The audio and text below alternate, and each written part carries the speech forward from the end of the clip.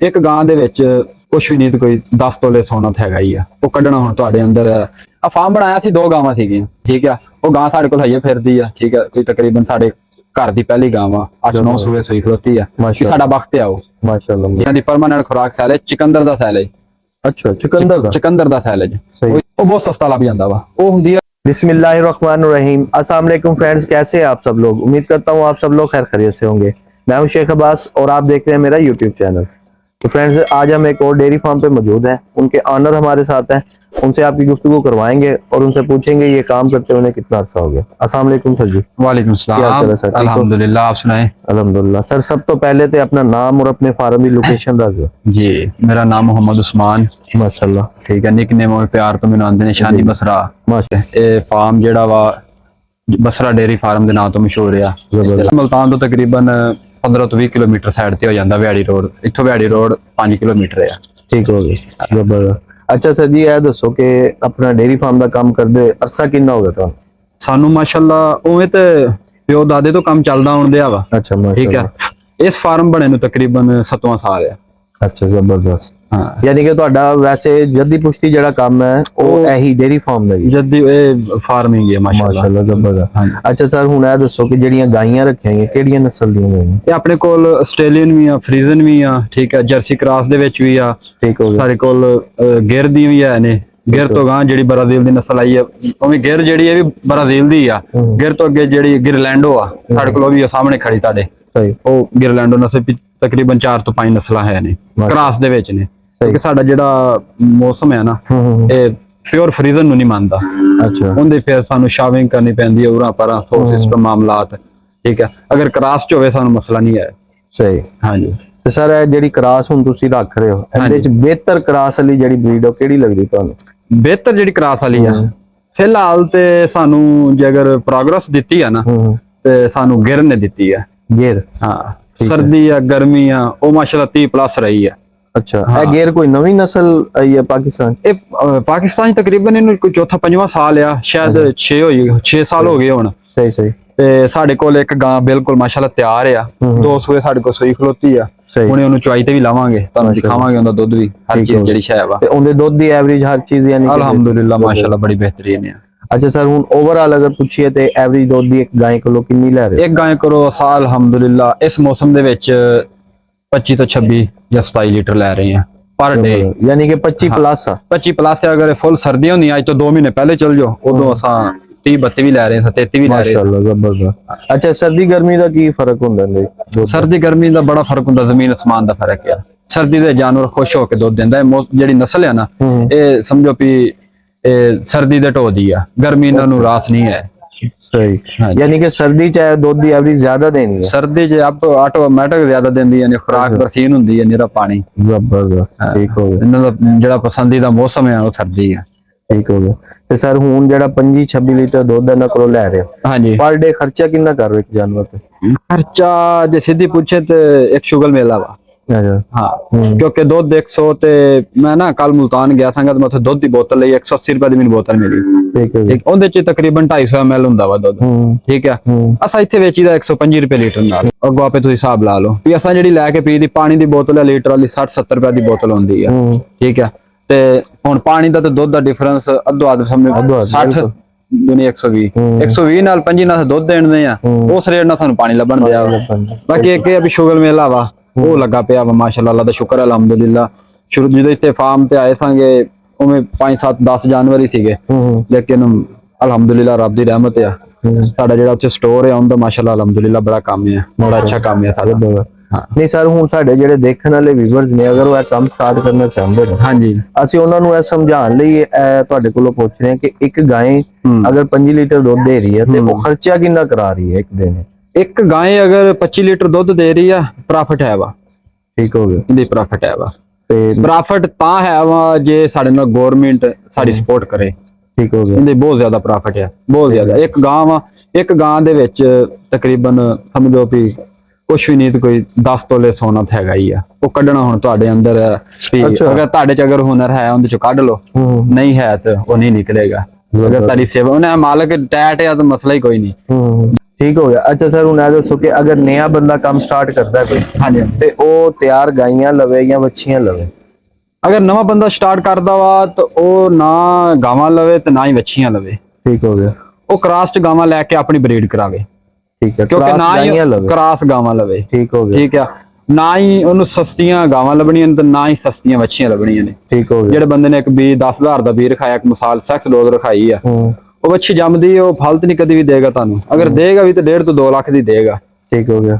ਭਾਵੇਂ 2 ਮਣ ਦੀ ਹੋਏਗੀ, ਕਿਉਂਕਿ ਉਹਨੇ ਇੱਕ ਸ਼ੌਂਕ ਨਾਲ ਬੀਜ ਰਖਾਇਆ ਵਾ, 9 ਮਹੀਨੇ ਵੇਟ ਕੀਤਾ ਵਾ, ਫਿਰ ਉਹਨੂੰ ਮਣ 1.5 ਦੀ 2 ਦਾ ਕੀਤਾ ਵਾ, ਆਖੇ ਟਾਈਮ ਲੱਗਿਆ ਨਾ ਇਸ ਵਜ੍ਹਾ ਤੋਂ। ਜਦੋਂ ਵੀ ਲਵੋ ਕ੍ਰਾਸ ਚ ਗਾਵਾਂ ਲਵੋ, ਕ੍ਰਾਸ ਚ ਗਾਵਾਂ ਲੈ ਕੇ ਫਿਰ ਆਪ ਆਪਣੇ ਹੱਥੀ ਡੋਜ਼ਾ ਪਰਚੇਜ਼ ਕਰੋ। ਮੇਰਾ ਡੋਜ਼ਾ ਦਾ ਵੀ ਕੰਮ ਹੈ ਵਾ। अच्छा ਹਾਂ, ਕਿਸੇ ਭਾਈ ਨੂੰ ਅਗਰ ਕੋਈ ਚਾਹੀਦੀ ਹੋਵੇ ਡੋਜ਼, ਚਾਹੀ ਸੀਮਨ ਚਾਹੀਦੀ ਹੋਣ, ਸ਼ੀਥਾਂ ਚਾਹੀਦੀਆਂ ਹੋਣ, ਮਟਰਨੀ ਦਾ ਕੋਈ ਚੀਜ਼ ਵੀ ਚਾਹੀਦੀ ਹੋਵੇ, ਵੰਡਾ ਮਿਨਰਲ, ਸੋਇਆਬੀਨ, ਠੀਕ ਹੈ, ਸ਼ੀਰਾ, ਮੇਰੀ ਵਿਹਾੜੀ ਚੌਕ ਤੇ ਇਨਸਾਫ ਵਟਰਨੀ ਸਟੋਰ ਦੇ ਨਾਂ ਤੋਂ ਦੁਕਾਨ ਹੈ। ਅਲਹਮਦੁਲਿਲਾ ਛੇਵਾਂ ਸਾਲ ਆ। ठीक, अपना नंबर भी दस दो ताकि ਮੇਰਾ ਨੰਬਰ 0304 72 17 597। ठीक हो गया। अच्छा सर ਹੁਣ ਇਹ ਲਾਸਟ ਅਗਰ ਤੁਹਾਡੇ ਕੋਲੋਂ ਪੁੱਛੀਏ ਕਿ ਅਗਰ ਕੋਈ ਭਾਈ 10 ਗਾਈਆਂ ਤੋਂ ਇੱਕ ਮਿਸਾਲ ਕੰਮ ਸਟਾਰਟ ਕਰਨਾ ਚਾਹੁੰਦਾ, ਉਹਨਾਂ ਨੂੰ ਜਗ੍ਹਾ ਕਿੰਨੀ ਦਰਕਾਰ ਹੋਏਗੀ 10 ਗਾਈਆਂ ਲਈ? 10 ਗਾਵਾਂ ਦੇ ਵਿੱਚ ਨਾ ਤੁਸੀਂ ਮੇਰੇ ਖਿਆਲ ਦੇ ਵਿੱਚ ਕਮ ਕਮ ਕੋਈ ਨਾ ਕਮ 10 ਮਰਲੇ ਤੋਂ ਹੋਵੇ। ठीक है। ਜਗ੍ਹਾ ਜਿੰਨੀ ਖੁੱਲੀ ਹੋਵੇ, ਕਿਉਂਕਿ ਡੰਗਰ ਮਾਸ਼ਾਅੱਲਾ ਅੱਲਾਹ ਪਾਕ ਹੈ ਨਾ, ਇਹ ਕੰਮ ਇਹੋ ਜਿਹਾ ਵਾ, ਅੱਲਾਹ ਪਾਕ ਬਰਕਤ ਪਾਈ ਰੱਖਦਾ। बिल्कुल बिल्कुल। ਠੀਕ ਹੈ। ਇਹ ਅਗਰ ਤੁਸੀਂ 10 ਗਾਵਾਂ ਲਈਆਂ ਨੇ 2-3 ਸਾਲਾਂ ਨੂੰ ਉਹਨਾਂ ਵਾਸਤੇ ਜਗ੍ਹਾ ਥੋੜ ਜੂਗੀ। ਤੁਸੀਂ ਇੱਕ ਦਫਾ ਹੀ ਬਣਾ ਲਵੋ, ਕੋਈ 2 ਸਾਲ 3 ਸਾਲ ਦਾ ਇਕੱਠਾ ਹੀ ਪ੍ਰੋਗਰਾਮ ਕਰ ਲਵੋ ਵੀ ਤੁਹਾਨੂੰ ਫਿਰ ਉਸ ਕੰਮ ਵੱਲ ਫੇਰ ਨਾ ਹੋਣਾ ਪਵੇ। ਆ ਫਾਰਮ ਬਣਾਇਆ ਸੀ 2 ਗਾਵਾਂ ਸੀਗੀਆਂ। अच्छा जबरदस्त। ਠੀਕ ਹੈ। ਇਸ ਫਾਰਮ ਦੇ ਵਿੱਚ ਗੁੰਜਾਇਸ਼ 100 ਗਾਂ ਦੀ ਆ। जबरदस्त। ਜਦੋਂ ਬਣਾਇਆ ਸੀਗਾ ਉਦੋਂ 2 ਗਾਵਾਂ ਸੀਗੀਆਂ। ਠੀਕ ਆ, ਉਹ ਗਾਂ ਸਾਡੇ ਕੋਲ ਹਜੇ ਫਿਰਦੀ ਆ। ਠੀਕ ਆ, ਕੋਈ ਤਕਰੀਬਨ ਸਾਡੇ ਘਰ ਦੀ ਪਹਿਲੀ ਗਾਂ ਵਾ, 8-9 ਸੂਏ ਸੂਈ ਖਲੋਤੀ ਆ। ਸਾਡਾ ਵਕਤ ਆ ਉਹ, माशाल्लाह। ਠੀਕ ਆ। ਤੇ ਅੱਲਾਹ ਪਾਕ ਨੇ ਹੁਣ 100 ਪਲੱਸ ਮਾਸ਼ਾਅੱਲਾ ਜਾਨਵਰ ਹੈ ਨੇ। ਤੇ ਅਗਰ ਉਦੋਂ ਹੀ ਵੇਨ ਸਾਡਾ ਹੁੰਦਾ ਦੋਵਾਂ ਦਾ ਹੀ ਤਾਂ ਅੱਜ ਸਾਨੂੰ ਹੁਣ ਮਸਲਾ ਕੋਈ ਨਹੀਂਗਾ। ਅਗਰ ਅੱਜ ਜਾਨਵਰਾਂ 100 ਪਲੱਸ ਨੇ, 50 ਦੀ ਹੋਰ ਗੁੰਜਾਇਸ਼ ਹੈ ਵਾ। ਇਸ ਲਈ ਜਦੋਂ ਵੀ ਜਾਨਵਰ ਪਰਚੇਜ਼ ਕਰਕੇ ਸਿਸਟਮ ਆਪਣਾ ਕਰਨ ਲੱਗੋ, ਤੁਸੀਂ ਜਗ੍ਹਾ ਬਿਹਤਰੀਨ ਬਣਾਓ।